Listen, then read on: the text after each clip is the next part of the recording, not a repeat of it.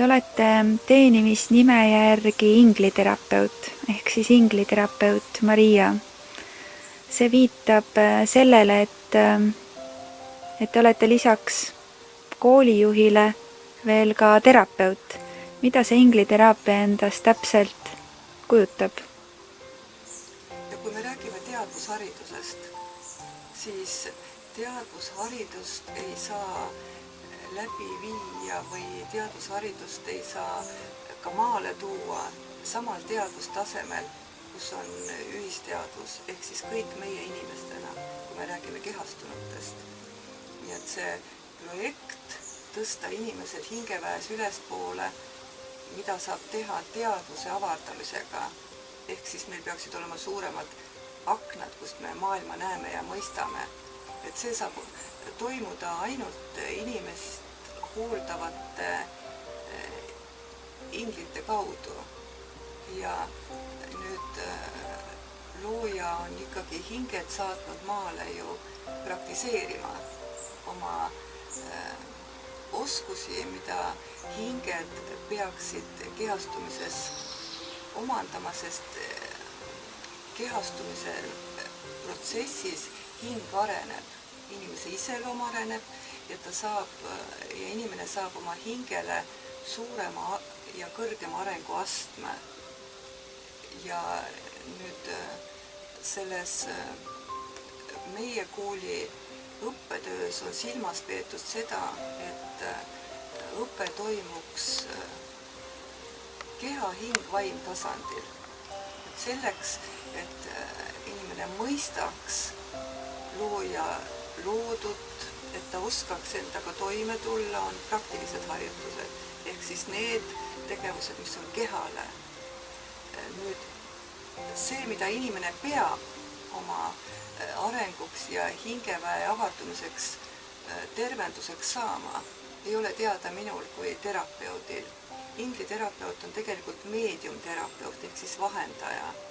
Selleks peavad olema teatud kogemused, oskused ja loomulikult ka see, kes ma hingena kõrgemas väes olen.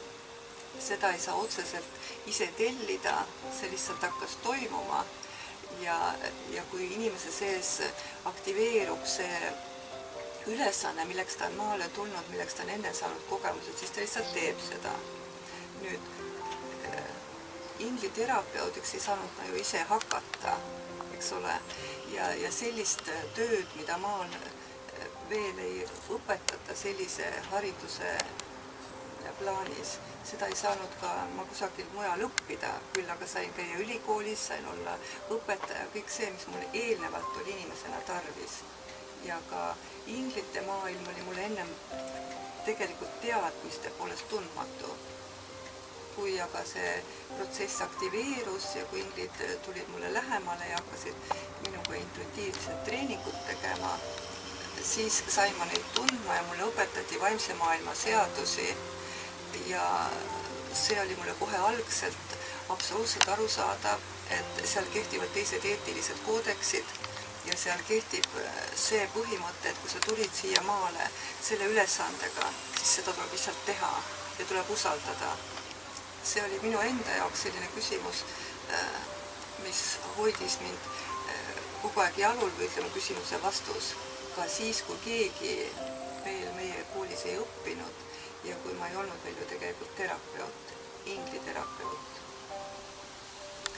Ja kui nüüd mõelda sellele, et missugune on inglite hierarhia, nende ülesanne, siis praegu siin selle terrassi telki vaadata, siis inglid on kogu aeg inimese kõrval nii-öelda nagu loori taga, et nad juhivad teda ja inimesel on oma hinge ülesanne alati teada, aga oleneb, kes kuulab.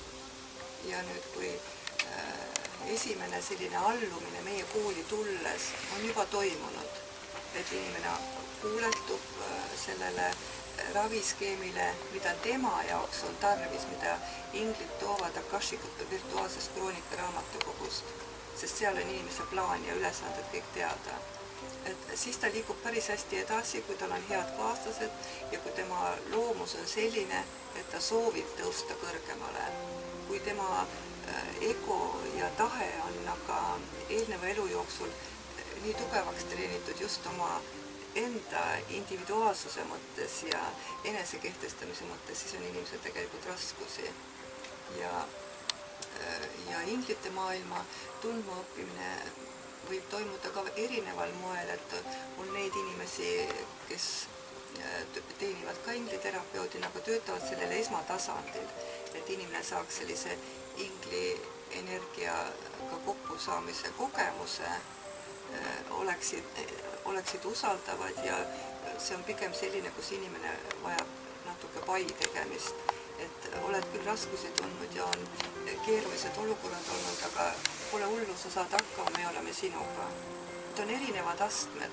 See teekond, kus meie nüüd selle koolikõrgklassiga oleme ja kuhu me ootame väga paljusid inimesi nende ande ja õpitud oskustega juurde, on siiski teistsuguste inglite poolt juhitud ja need on sellised nagu praegu, ütleme piltlikus öeldes, see kidest kaasa toodud maa hooldaja ingel, sest ka planeedil on omad vanemad ja omad inglid ja võt nüüd need planeedi maa hooldaja inglid ehk siis vanem inglid,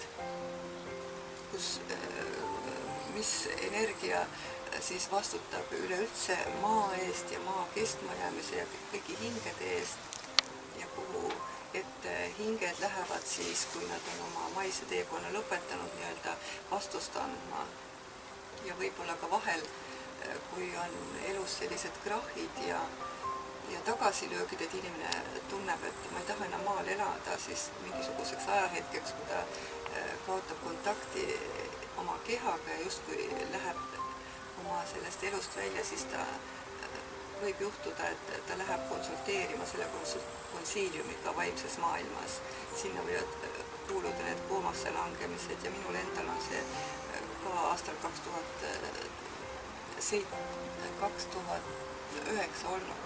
6 tundi olen olnud sellises staadiumis ja pärast seda algas aktiivselt edasi liikumine, mitte minu teadvusega, vaid see hakkas elus juhtuma. Nii et need inglid, jah, nad ei kuulu päris sellesse inglite hierarhiasse, mida võib-olla religioonid tutvustavad ja selline traditsiooniline hierarhia redel. Aga nad võtavad sellest kõigest osa ja kuna need on kõik sellised maaemaga koos teenivad inglid, vaneminglid, siis selle tõttu nemad ongi need, kes selle kooliprojekti eest vastutavad ja nad on meid eraldi välja õpetanud olema just maiselt 2 jalaga maas seisvad inimesed, kellel on pea pilvedes ja kes teevad ingelikke tegusid. Niimoodi on seda meile defineeritud, niimoodi on meid treenitud ja vaimsed teadmised tulevad just igasuguste tegevuste kaudu, et inimene õpib päris elus seda kõike. Et sellist teoreetilist baasi kindlasti ka on vaja, väitlust on vaja, analüüsi on vaja, argumenteerimist, informatsiooni, erinevate religioonide tundmist, kõike nii palju, kui selleks tööks on vaja, sellega ei minda liiale. Aga tähtis on just see, et sa suudad oma elu teha meistriteoseks, nii nagu sa tegelikult enne hingena kehastumisse laskudes oled mõelnud ja kavandanud ja mis annab sulle väe ja julguse olla see, kes sa tegelikult oled.